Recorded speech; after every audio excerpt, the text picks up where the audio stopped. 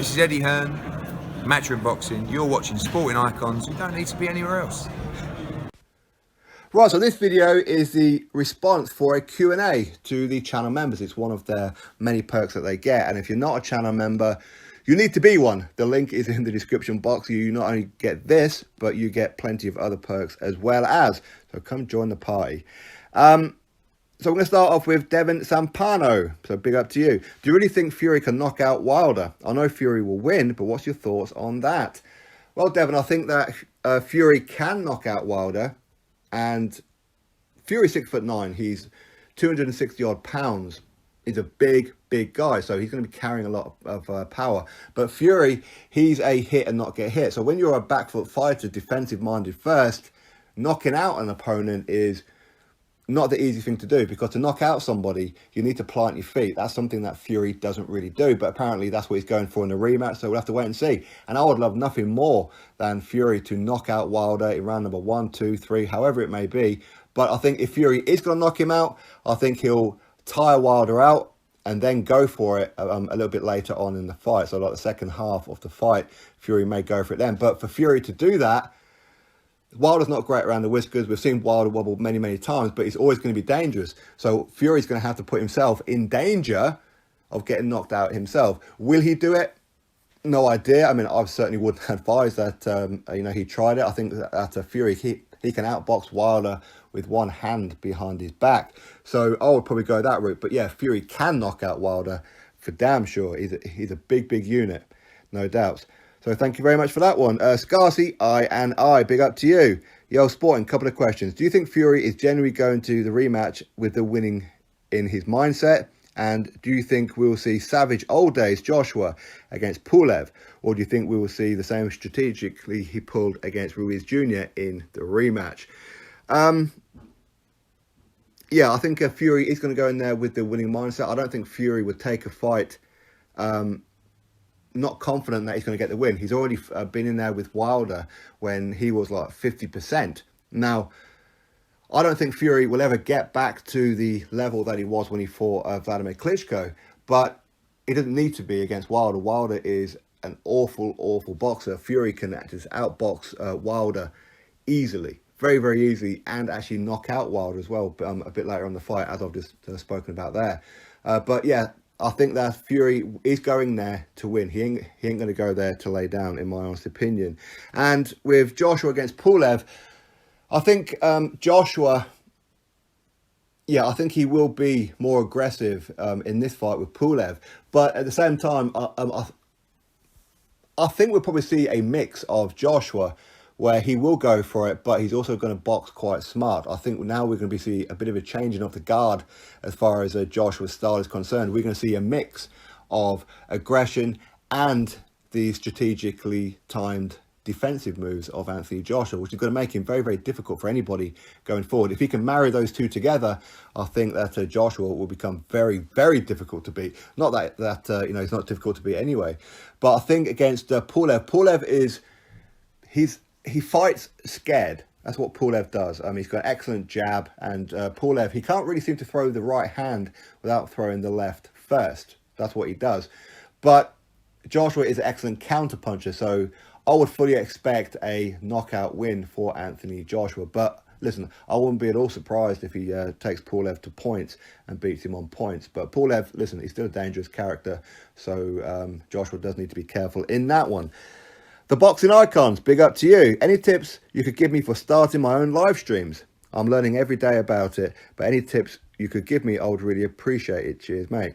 For live streams, I mean, I don't do live streams as much as I think I should.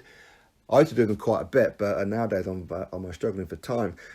But live streams, I mean, first of all, try to engage with your audience. I think that's utmost importance.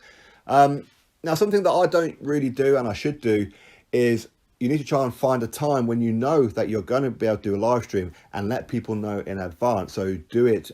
So you schedule it so you're due to go live at, say, I don't know, 8 p.m, 9 p.m, whatever it may be. But you let people know at least a couple of hours beforehand. So it gets people to maybe plan their day. I mean, that's something that I used to do, but I don't really do it anymore. So I'm pretty much saying do as I say, not as I do. Okay, but that's something that I would certainly encourage you to do. But I suppose most importantly, just talk about whatever it is that people in your live stream want to talk about, whatever question that they have, answer it honestly, and yeah, that's pretty much like the only real thing I could say. Give people plenty of time, if you can, rather than a spontaneous one, which is what I do. And of course, try and answer all your questions that you have coming to you, unless of course you have like I do, where we get like hundreds and hundreds of people in the live stream, sometimes over 1,000 people. Obviously, you can't answer everybody's, but always encourage people to, if they really want that question answered, to keep on dropping it until you actually see it. So yeah, anyway, that's my tips for a live stream. Big up to you. Ryan Bruce, how are you, my man? Who do you realistically see as pound for pound currently? Who is the best fighter ever in your opinion, and who is number one in the heavyweight division? Pound for pound, it's not really something I really think about, but I'll probably have to go with Canelo, to be honest with you. I think Canelo, yes, he may have got a couple of shady decisions in his career, no doubt about that. We can never hide behind the fact that he does seem to have at least a rogue judge once in a while. But the fact is, nobody can stop him. Nobody can knock him out. And him being a technically 4-weight world champion, some may say he's a 3-weight, but I think that Canelo is a phenomenal fighter, that's for sure. Lomachenko, again, fantastic fighter. Manny Pacquiao should be in there as well. Terence Crawford for sure. Yeah, I think that there's quite a few who could be. I know some people say Usyk. I'm not too sure if he's in there right now, because no, he is heavyweight. But yeah, I think that probably Canelo is number one, potentially. But I'm not going to argue with anybody who says that he's not. Who is the best fighter ever? The best fighter ever. Well, my favourite was always Lennox Lewis. Now, obviously, I can't say who the best ever is, because obviously I don't know, because I'm not really a historian. But in my opinion, my favourite heavyweight ever, it was Lennox Lewis. I thought that he was the best of his era. Was he the best of all time? I haven't really seen enough of the old school fighters to really say. But in my opinion, of what I do know, I think Lennox Lewis is probably the best at heavyweight. Overall, for all divisions, again, I'll probably have to go with Floyd, to be fair. Yeah, probably Floyd. And who's number one in the heavyweight division? Again, that's difficult to say. Until we actually see them all fight each other, it's difficult to say. But for me, I have the four. I have like AJ, I have Dillian Whyte, Tyson Fury, and of course Deontay Wilder. But I'm only putting Wilder in there because he's currently a champion. If he wasn't champion, I wouldn't put him in there, to be honest with you. But I do feel that the best heavyweight is out of those four. Usyk, we still don't know yet. We'll have to wait and see if he ends up fighting Chisora or Parker to see exactly how good he is at heavyweight. But right now, I'll probably have to go with, I know if you put them all in the mix, who will come out on top? I'll probably say Dillian Whyte, to be fair. I think Dillian Whyte could beat any one of them. But likewise, they could all beat him too. And to be fair, I think all of them could probably beat each other. But yeah, it'll probably be between Dillian Whyte and Anthony Joshua, although Joshua, of course, he's a unified champion.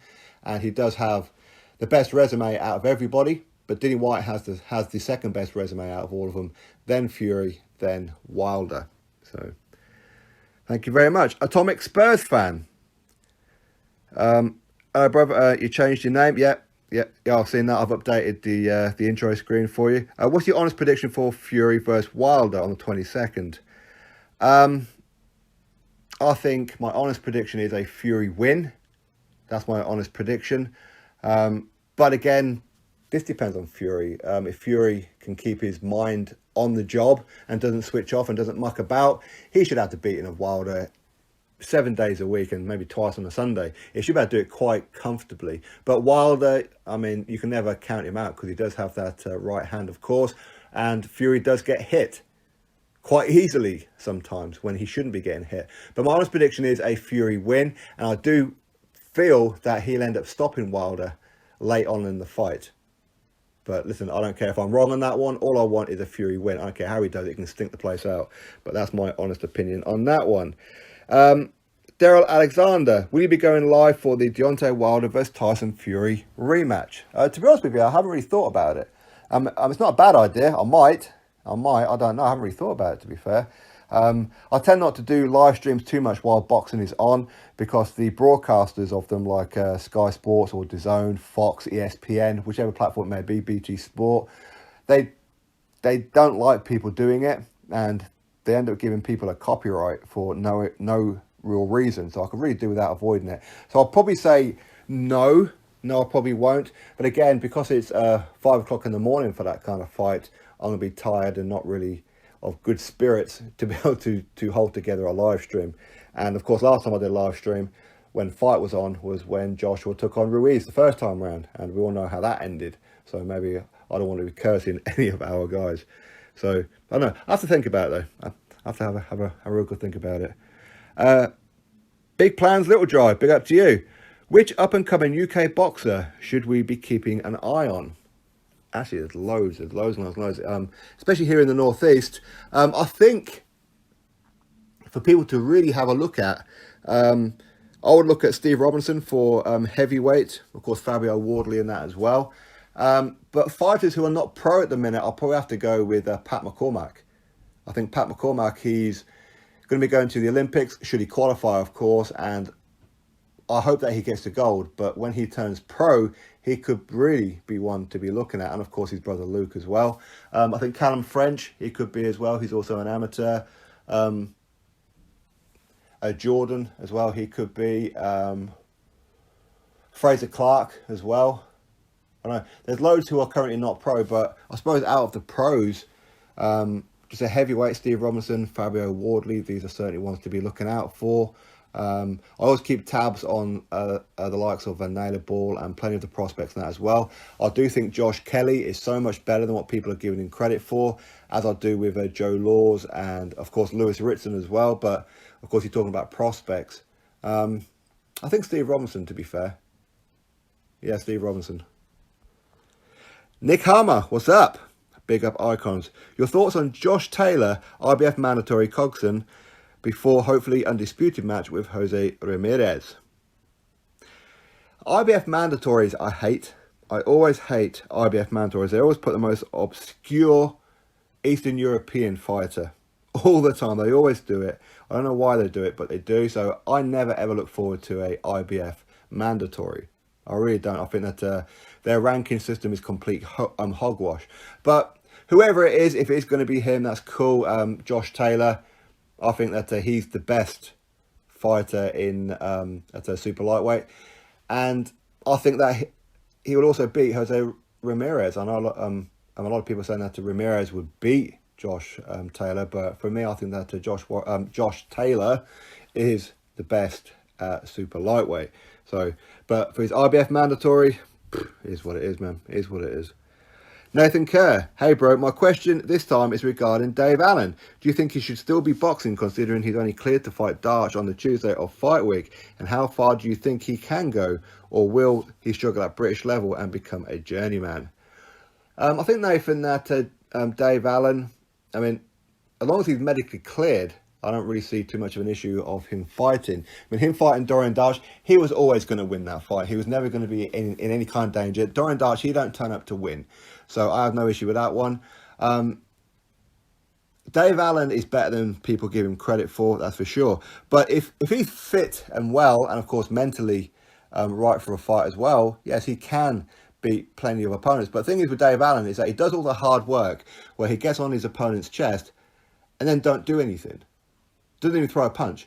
So I don't quite know why he's wasting his time doing that. I mean, he could have done David Price in that that fight, because he got close to David Price quite a few times and just didn't throw.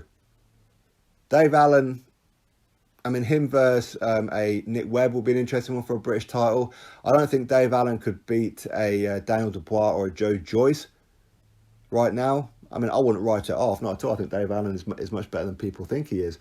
But Dave Allen needs to be more busier in the ring. I really do. And I do think we will see him win a British title at some point. When? Against who? No idea. I mean, maybe against a Nick Webb. That'd be an interesting rematch. I don't know, maybe him against his new protege in a Jay McFarlane. That'd be an interesting one, wouldn't it? But for heavyweights, there's plenty of fights out there. Maybe Dave Allen versus Fabio Wardley. I think we need to see Dave Allen back in the ring with somebody who's going to actually throw punches. Then we'll see what Dave Allen is really about. But I mean, I like Dave Allen. He's a really nice guy. But yeah. Anyway, that's it from me. Drop your thoughts below about it all. Click thumbs up. And of course, subscribe. Catch you all on the next video.